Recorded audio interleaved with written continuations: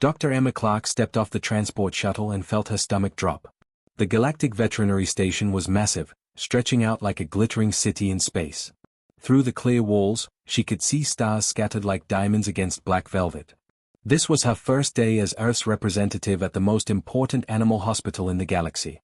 The corridors were filled with creatures she had only seen in textbooks. A tall, thin being with too many arms floated past her. Another creature that looked like walking crystals clicked along the floor. Emma tried not to stare, but everything was so different from the small veterinary clinic back in London where she used to work.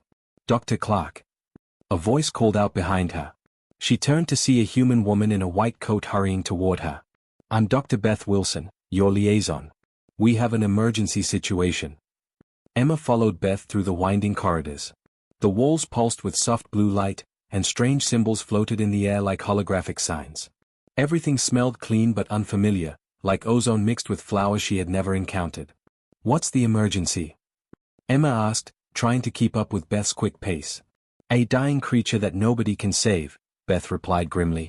"It's been here for 3 days. The best doctors from 17 different planets have tried everything." They entered a large room filled with medical equipment that looked more like art than machinery. Tall beings in white coats stood around a floating bed in the center. Emma could hear them talking in different languages, their voices mixing together like a strange orchestra.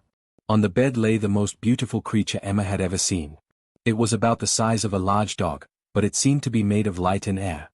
Its body was translucent, like colored glass, and she could see through it to the bed underneath. Delicate wings that looked like soap bubbles stretched from its back, barely moving. "Ah, the human doctor arrives," said one of the tall beings. His voice came from a small device on his chest that translated his words into English. He looked like a giant insect standing on 2 legs, with large black eyes and arms that ended in sharp claws. "I am Dr. Veltar. You are too late, I'm afraid." Emma approached the floating bed slowly. The creature's skin changed colors as she watched, shifting from pale blue to dim purple to almost white. Its breathing was shallow and quick, like a small bird. "This is an ethereal glider," explained another doctor. This one looked like she was made entirely of living crystal, her body catching and reflecting the room's lights. "I am Dr. Kefaloan. These creatures are very important. When they die, it means entire star systems are in danger." Emma had read about ethereal gliders during her training. They were like living sensors for the health of planets and space regions. If one died, it meant something terrible was happening to the environment across multiple worlds. "What's wrong with it?" Emma asked, moving closer to examine the creature. "Everything," Dr. Veltar replied, his insect-like head tilting. "Our quantum bioscanners show complete system failure. Every organ is shutting down. The neural pathways are disconnected. The creature is dying, and there is nothing we can do." Dr. Kefaloan's crystal body chimed softly as she spoke. "We have used the most advanced medical technology from every member species of the Galactic Medical Alliance. Bioregeneration chambers, quantum healing fields, cellular reconstruction devices. Nothing works." Emma walked around the floating bed, studying the creature from different angles. About a dozen other doctors watched her with what she assumed was curiosity, though it was hard to tell with such different faces. "How long has it been like this?" she asked. "The deterioration began 4 days ago," Dr. Veltar answered. "It arrived here barely alive. We estimate it has perhaps 6 to 8 hours remaining." "Where did it come from?" "A rescue ship found it floating in space near the Vega sector," Dr. Kefaloan explained. "There was significant debris in the area. We believe there was some kind of accident." Emma noticed that the creature's colors grew slightly brighter when she spoke, and dimmer when the other doctors talked. She also saw that its wing movements, though weak, seemed to follow a pattern. "What kind of accident?" she pressed. "A cosmic storm struck the region 3 months ago," another doctor answered. "This one looked almost human but had silver skin and completely black eyes. Many ships and space habitats were destroyed. This creature was probably caught in the disaster." Emma felt something twist in her stomach. She looked down at the dying creature and saw something the advanced scanners might have missed. The pattern of its breathing, the way its colors shifted, the subtle movements of its wings, it all reminded her of something she had seen many times in her work back on Earth. "Has anyone considered that this might not be a physical illness?" she asked quietly. The room fell silent. Dr. Veltar's large black eyes fixed on her. "What do you mean?" "On Earth, I've seen animals with similar symptoms," Emma explained. "Physical deterioration that looks like organ failure, but it's actually caused by trauma and severe emotional distress. Dr. Kefeloen's crystal form flashed with different colors. You suggest this is a psychological condition? I'm suggesting that maybe this creature isn't just sick, Emma said, gently reaching out to touch the ethereal glider's translucent skin. Maybe it's heartbroken. The other doctors exchanged looks that somehow conveyed skepticism despite their vastly different faces. Dr. Clark, Dr. Veltar said slowly, we are preparing for humane termination. The creature is suffering. Emma looked down at the beautiful, dying being on the bed. Something deep inside her refused to accept that nothing could be done. Emma watched as the alien doctors began setting up their euthanasia equipment. Sleek silver machines hummed to life around the floating bed, their surfaces covered with symbols that glowed softly. Dr. Veltar moved his clawed hands over a control panel, preparing what they called a peaceful transition protocol. Wait, Emma said, stepping forward. Please, let me examine the patient first. Dr. Kefeloen's crystal body chimed with what sounded like amusement. Dr. Clark, our quantum resonance analyzers have mapped every molecule in this creature's body. We know exactly what is happening inside it. Emma pulled her medical bag from her shoulder and opened it. Inside were the basic tools she had brought from Earth, a stethoscope, a small flashlight, a thermometer, and her reflex hammer. The alien doctors stared at these simple instruments as if she had pulled out Stone Age tools. Those are very primitive, Dr. Veltar observed, his translator making his voice sound puzzled. Our bioscanners can see things your instruments cannot even detect. Maybe, Emma said, approaching the ethereal glider slowly. But sometimes the old ways show us things the new ways miss. She placed her stethoscope gently against the creature's translucent chest. Through the earpieces, she could hear a heartbeat that was fast but steady. It didn't sound like the irregular rhythm of organ failure. It sounded like fear. The alien doctors watched with barely hidden impatience as Emma continued her examination. She used her small flashlight to check the creature's eyes, which were large and dark blue. They followed her movements, showing awareness and intelligence. Dr. Clark, Dr. Veltar's mandibles clicked together rapidly. We have limited time. The creature's bioreadings are dropping every minute. Emma ignored him and gently pressed her hands along the ethereal glider's sides. The creature's skin felt warm and soft, not cold and rigid like she would expect from someone dying of organ failure. When she touched certain areas, the creature's colors brightened slightly, and when she moved away, they dimmed again. Tell me more about where this creature was found, Emma said, still examining her patient. Dr. Kefeloen's crystal form flickered. As we told you, it was found in the debris field near Vega. The cosmic storm destroyed several space habitats in that area. What kind of habitats? Mostly research stations and small colonies, another doctor answered. This one had blue skin and tentacles instead of arms. There were also some ethereal glider breeding grounds in that sector. Emma's hands stopped moving. Breeding grounds? Yes, Dr. Veltar replied. Ethereal gliders live in large family groups. They are very social creatures. They rarely survive alone for long periods. Emma looked down at the creature on the bed. Its large eyes met hers, and she saw something in them that the advanced scanners couldn't detect. Pain, yes, but not physical pain. This was the look she had seen in the eyes of animals back on Earth who had lost their families or been abandoned by their owners. How many other survivors were found? She asked quietly. The room went silent. Dr. Kefeloen's lights dimmed. No other survivors were recovered from that sector. Emma felt her heart sink. She looked back at the ethereal glider and saw the truth written in its fading colors and shallow breathing. This beautiful creature wasn't dying from some mysterious disease. It was dying from loneliness and grief. This creature watched its entire family die, Emma said softly. It's the only survivor from its colony. That is unfortunate, Dr. Veltar agreed. But it does not change the medical reality. The creature is dying from multiple organ failure. No, Emma said more firmly. It's dying from what we call broken heart syndrome on Earth. Severe emotional trauma can cause physical symptoms that look exactly like organ failure. Dr. Kefeloen's crystal form flashed brighter. Our psychic healers from the Telepath Collective found no mental disturbance. Maybe your psychic healers don't understand this kind of grief, Emma replied. She had dealt with this before, animals so traumatized by loss that their bodies began shutting down, even though nothing was physically wrong with them. Dr. Clark, Dr. Veltar said, his voice becoming stern. We appreciate your enthusiasm. But 17 different medical teams have examined this creature. Our technology is thousands of years more advanced than yours. If there was a psychological component, we would have detected it. Emma pulled up a chair and sat down next to the floating bed. The simple act seemed to confuse the alien doctors, who were used to quick, efficient examinations while standing. Sometimes the most advanced technology misses the most basic things, she said, gently placing her hand on the ethereal glider's head. The creature's colors brightened slightly at her touch. "What are you doing?" Dr. Kefaloin asked. "I'm going to try something different," Emma replied. "On Earth, we've learned that some kinds of healing can't be rushed. Sometimes you have to slow down and really listen to what the patient is trying to tell you." Dr. Veltar's claws clicked against his control panel. "Dr. Clark, we have protocols. The creature is suffering. The humane thing to do is to end that suffering quickly." Emma looked up at the towering alien doctor. "What if I told you I think I can save it?" The room erupted in what she assumed was laughter, though it sounded like a mixture of clicks, chimes, and strange musical notes from the various alien species present. "Dr. Clark," Dr. Kefalin said gently, "we understand that humans can be very optimistic. But this is not a matter of hope. This is medical science." Emma smiled and looked back down at the ethereal glider. Its large eyes were still watching her, and she could swear she saw a flicker of something that might have been hope.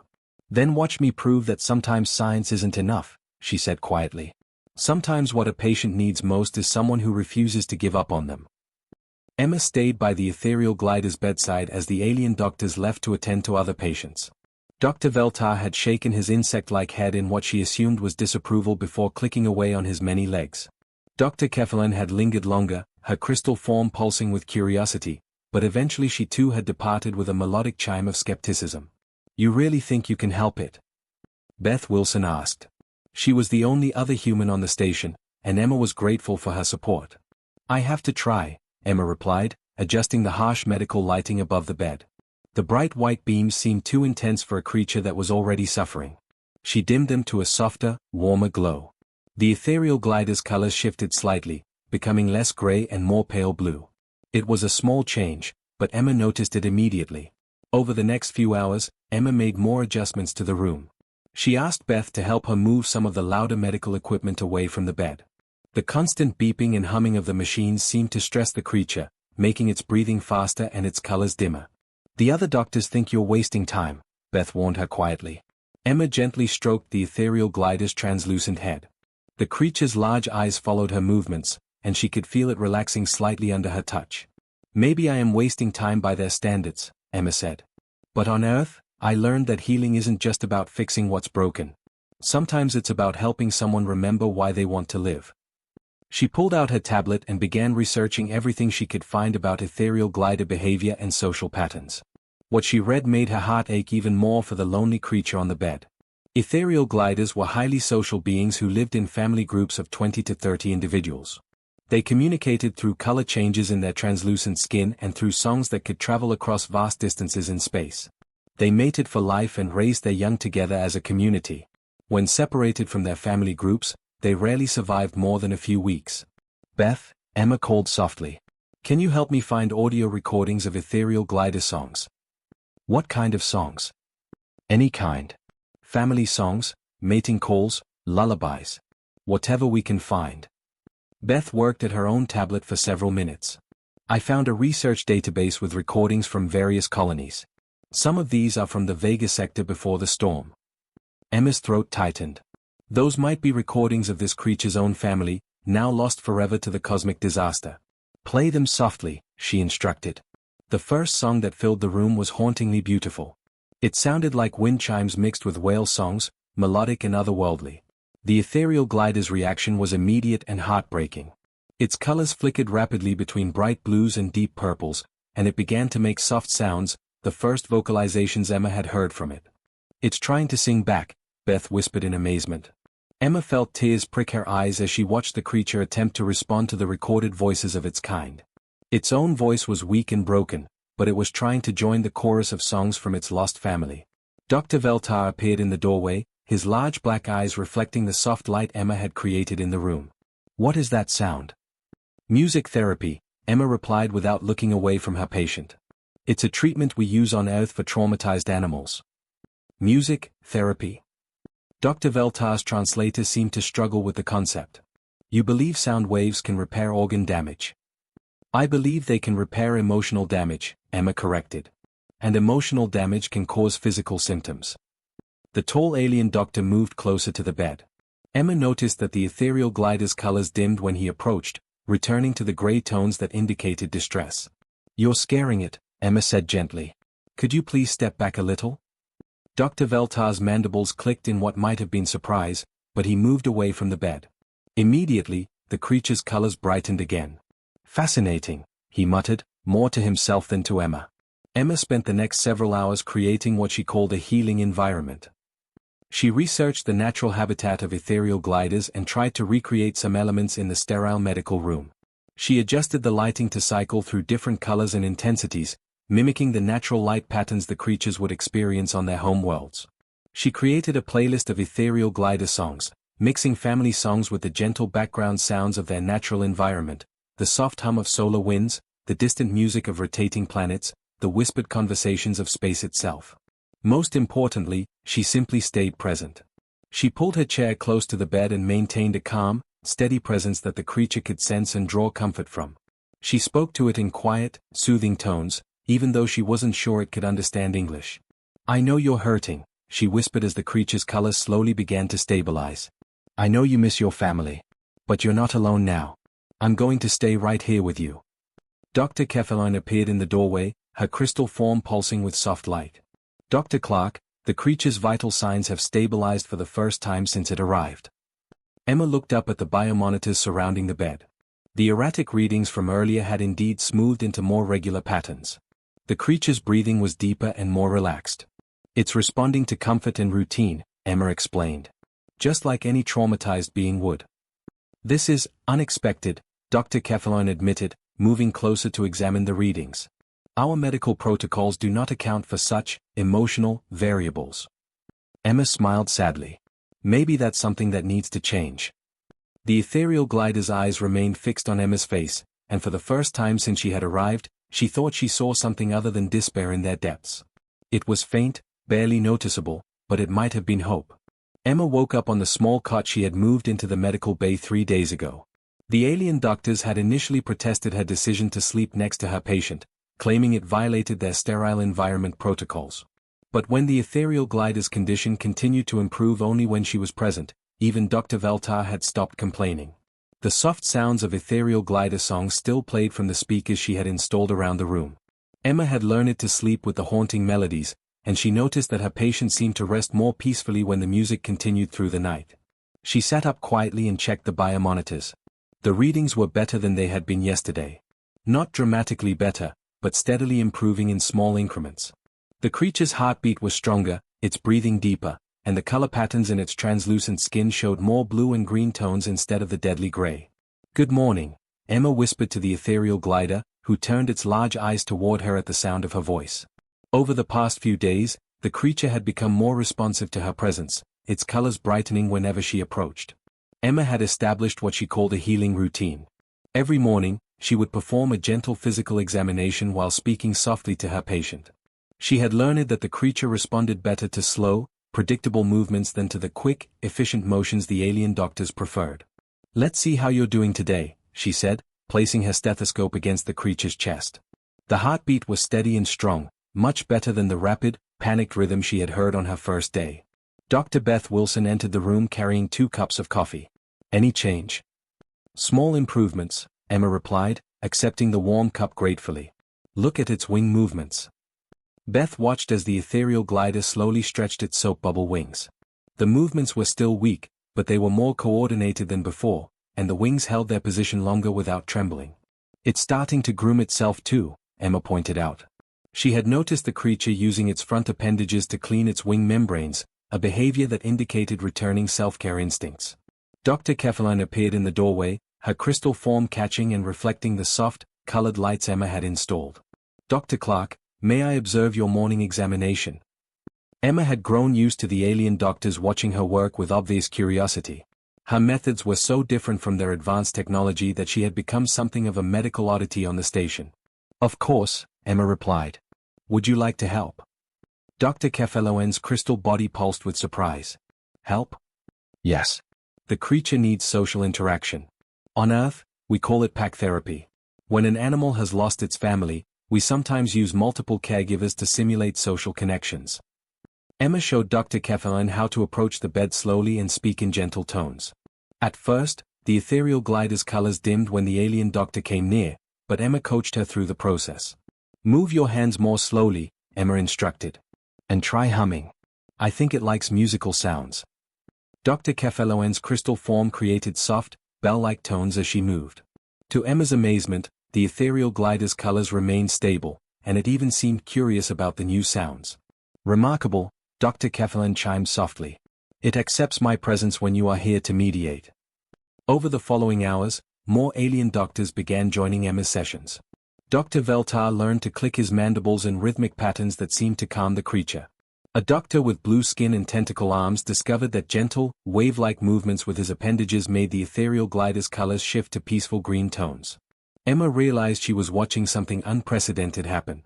The alien medical staff, who had been trained to maintain professional distance and work with cold efficiency, were learning to connect emotionally with their patient. This is fascinating, Dr. Veltar admitted during the afternoon session. The creature's neural activity increases significantly when multiple individuals interact with it simultaneously. It's remembering what it feels like to be part of a family, Emma explained, watching as the ethereal glider responded to the gentle attention from several doctors at once. But the most remarkable breakthrough came that evening. Emma was sitting beside the bed, reading research articles on her tablet, when she heard a sound that made her heart skip. The ethereal glider was singing. It wasn't the broken, weak sounds it had made when first hearing the recorded songs. This was a real song, soft and melodic, with complex harmonies that seemed to fill the entire room with beauty. Dr. Keffelin rushed into the room, her crystal form blazing with excitement. Dr. Clark. The neural scans show activity in brain regions that have been dormant since the creature arrived. Other doctors began gathering in the doorway, drawn by the ethereal music. Emma watched in wonder as her patient continued to sing, its translucent body glowing with colors she had never seen before, brilliant purples and golds that pulsed in time with its song.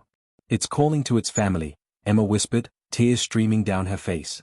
Even though they are gone, it's still calling to them. Dr. Veltar moved closer to the bed, his usual clinical demeanor replaced by something that looked like awe. Dr. Clark, I have been practicing medicine for over 2 centuries.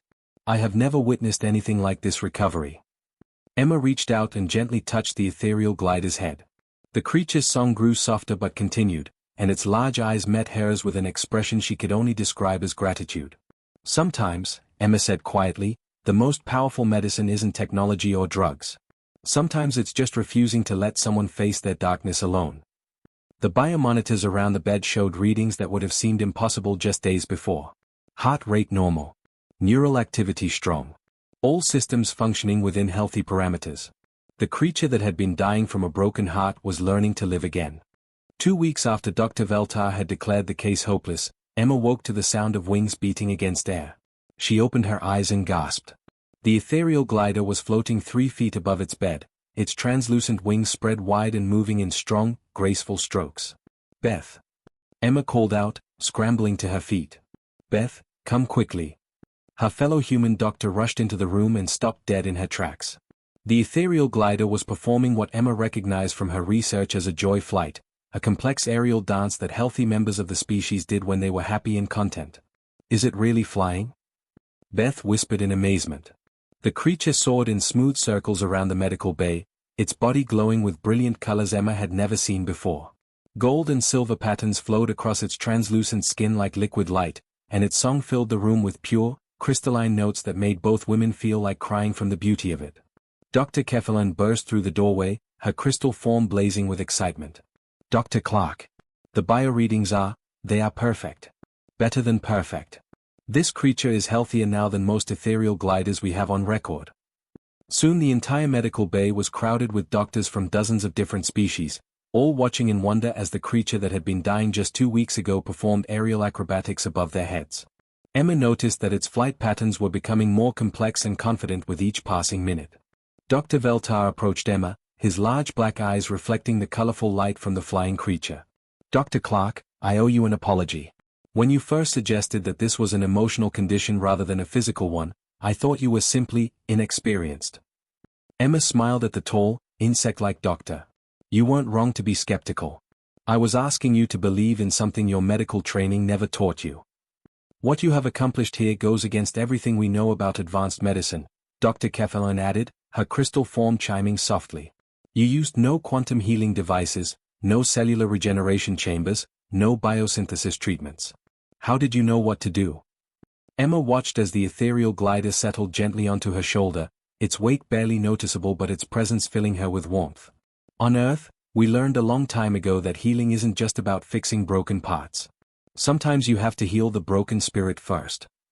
The creature began grooming its wing membranes, a sign of complete comfort and trust. Emma gently stroked its translucent head, and it responded with soft, musical trills that sounded like contentment. Dr. Clark, a new voice interrupted. Emma turned to see a being she had never met before, tall and elegant, with skin that seemed to be made of flowing water and eyes like deep ocean currents. I am Dr. Niathal, Director of the Galactic Medical Consortium. I have traveled here specifically to witness this remarkable recovery. Emma felt suddenly nervous. The director was the most important medical authority in known space, representing hundreds of worlds and species. Director, Dr. Veltar said formally, Dr. Clark has achieved something we all believed was impossible. This creature was ours from death, and now. As if to demonstrate the point, the ethereal glider took flight again, performing a spiral dance that filled the room with rainbow-colored light patterns. Yes, I can see that, Dr. Niathal replied, her water-like features shifting in what might have been a smile. Dr. Clark, your success here has caused quite a stir throughout the medical community. We have species across the galaxy demanding to know how a human with primitive tools succeeded where our most advanced technology failed. Emma felt the weight of hundreds of alien eyes upon her. I didn't really do anything special, she said quietly. I just refused to give up. But that is exactly what made the difference, Dr. Keffelin interjected. Our medical protocols are designed for efficiency. When treatments fail, we move to the next option. When all options fail, we accept defeat. We never learn to simply stay with a patient. Dr. Niathal moved closer to examine the ethereal glider, which had settled back onto Emma's shoulder. Dr. Clark, the consortium would like to offer you a position as head of a new medical division. We want you to establish protocols based on your methodologies. What kind of division? Emma asked. Emotional and psychological healing for non-human species, the director explained. Your success here proves that we have been missing a crucial element in galactic medicine. We need doctors who understand that healing sometimes requires more than just advanced technology. Emma looked around the room at all the alien faces watching her expectantly. She thought about the small veterinary clinic back on Earth where she used to work, treating cats and dogs and the occasional injured bird. She never could have imagined that her simple approach to animal care would revolutionize medicine across the galaxy. I'll do it, she said finally, but only if I can work with teams from different species. What we learned here is that healing works best when it's a community effort. The ethereal glider began singing again, its voice joining with the approving sounds from the assembled doctors. Emma realized that the creature had become more than just a patient, it had become a bridge between different approaches to medicine and life itself. Months later, the ethereal glider recovery wing of the station was treating patients from across the galaxy. Emma's simple philosophy, that sometimes the most advanced solution was just caring enough to never give up, had opened new possibilities for healing that no one had ever imagined. And every day, the ethereal glider that had started it all would fly through the halls of the station, its song reminding everyone that sometimes miracles happen not because of technology, but because of something much simpler and more powerful: hope, patience, and the refusal to accept that anyone was beyond saving.